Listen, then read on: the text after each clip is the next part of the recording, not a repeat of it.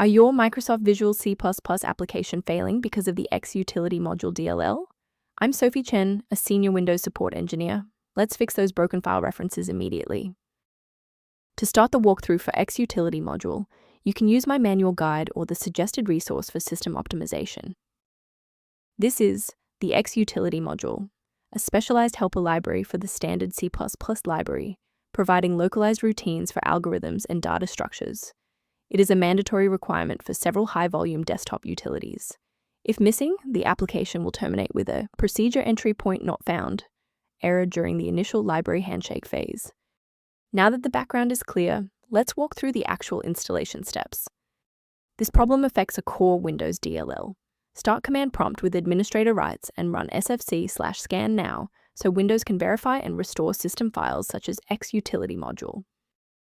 If you are still encountering the error after following the official setup, it's time to investigate the underlying system architecture.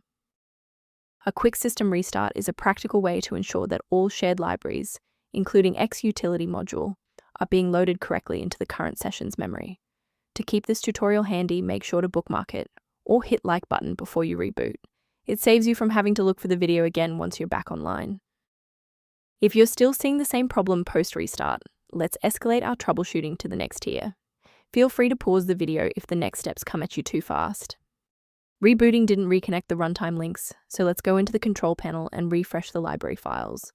First, go to Control Panel, then select Programs and Features. Second, find every Microsoft Visual C++ redistributable, 2005 through 2022. Third, right-click each and select Change, then select Repair. If that fails, download the latest all-in-one VC++ redistributable package from Microsoft's website.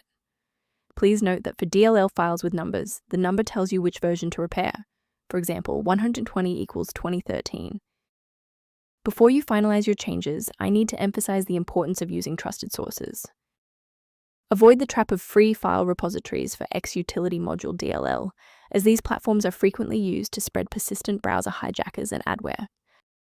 Protect your workstation's long-term stability by utilizing a professional-grade diagnostic for routine environment checks.